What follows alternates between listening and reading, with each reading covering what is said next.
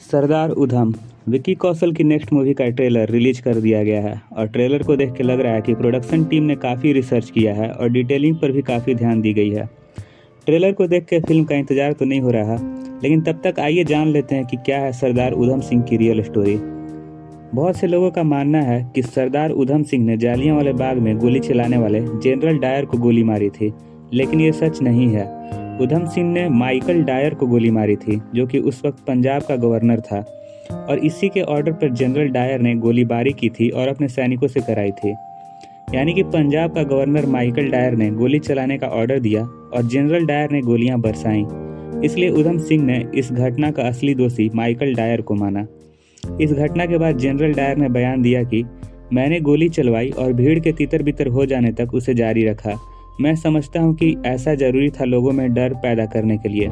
यदि कोई दूसरी फौज होती तो हताहतों की संख्या और भी ज्यादा होती।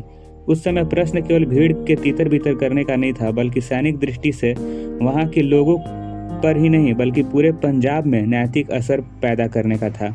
जरूरत से ज्यादा शक्ति का कोई सवाल ही नहीं उठता। इस भयंकर नरसंहार के बाद जब जनरल डायर लंदन पहुंचा तो वहां उसका स्वागत नायक के रूप में हुआ। उसे भारत का मुक्तिदाता कहा जाने लगा। पोस्ट अखबार ने जनरल डायर के लिए फंड की अपील जारी की, जो उसके सम्मान में दिया गया। अपने घृणित कृत्य के लिए जनरल डायर को कई हजार पाउंड पुरस्कार के तौर पर भी दिए गए। कहा जाता है कि इस जघन्य नरसंहार के बाद जनरल डायर एक रात भी चैन से नहीं सो पाया। उसका स्वास्थ्य लगातार खराब होता गया और उसे लकवा भी मार गया, जिससे वह मरते दम तक उबर नहीं पाया। 23 जुलाई 1927 को ब्रिस्टल में उसकी मृत्यु हो गई। अपने जीवन के अंतिम दिनों में उसके शब्द कुछ इस प्रकार थे।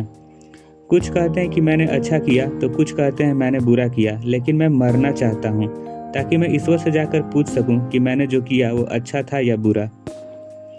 उधम सिंह का जन्म 26 दिसंबर 1899 को पंजाब के संगरूर जिले के सुनाम गांव में एक सिख कंबोज परिवार में हुआ था। सन 1901 में उधम सिंह की माता और 1907 में उनके पिता का निधन हो गया। इस घटना के चलते उन्हें अपने बड़े भाई के साथ अमृतसर के एक अनाथालय में शरण लेनी पड़ी। उधम सिंह का बचपन का नाम शेर सिंह था और उनके भाई का नाम मुक्ता सिंह था। अनाथालय में उधम सिंह की जिंदगी चल ही रही थी कि 1917 में उनके बड़े भाई का भी देहांत हो गया और वे पूरी तरह से अनाथ हो गए। 1919 में उन्होंने अनाथालय छोड़ दिया और क्रांतिकारियों के साथ मिलकर आज़ादी की लड़ाई में शामिल हो गए। जालियांवाला बाग में उस दिन उधम सिंह लोगों को पानी पिलाने का काम कर रहे थे। जब गोलीबारी हुई तब उस वक्त उधम सिंह पानी भरने बाहर गए हुए थे, इसलिए वो बच गए। उस वक्त की सरकार ने कभी भी मरने वालों का एग्जैक्ट डाटा सामने नहीं बताया। सिर्फ 100-150 लोगों को मृत होने की बात कही जाने लगी, लेकिन उधम सिंह ने उन सभी 100 को गिना था और अपनी डायरी में शहीद हुए उन लोगों का एग्जैक्ट नंबर भी लिख रखा था। बस यहीं से उधम सिंह के सर पर बदला लेने का जुनून सवार हो गया। उधम सिंह अपने काम को अंजाम देने के उद्देश्य से 1934 में लंदन पहुंचे। वहां उन्होंने एक कार और एक रिवॉल्वर खरीदी और सही समय का इंतजार करने लगे। 13 मार्च 1940 को डायर लंदन के कॉस्टन हॉल के एक सभा में शामिल होने के लिए गया। उधम सिंह ने मोटी किताब के पन्नों को रिवॉल्वर के आकार में काटा और उसी में रिवॉल्वर छिपाकर हॉल के भीतर घुसने में कामयाब हो गए।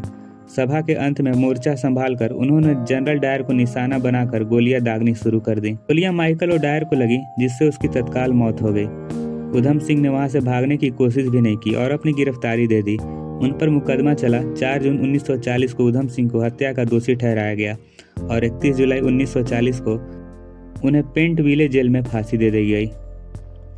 4 जून 1940 को जज पैनल के सामने उधम सिंह ने बयान दिया, मैंने ऐसा किया क्योंकि मैं उससे नफरत करता था। वह इसी का हकदार था, वह गुनाहगार था।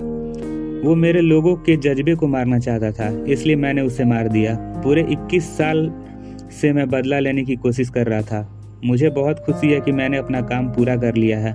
मुझे मौत से डर नहीं लगता। मैं अपने देश के लिए मर रहा हूँ। मैंने अपने लोगों को ब्रिटिश राज में भूख से तड़पते हुए देखा है।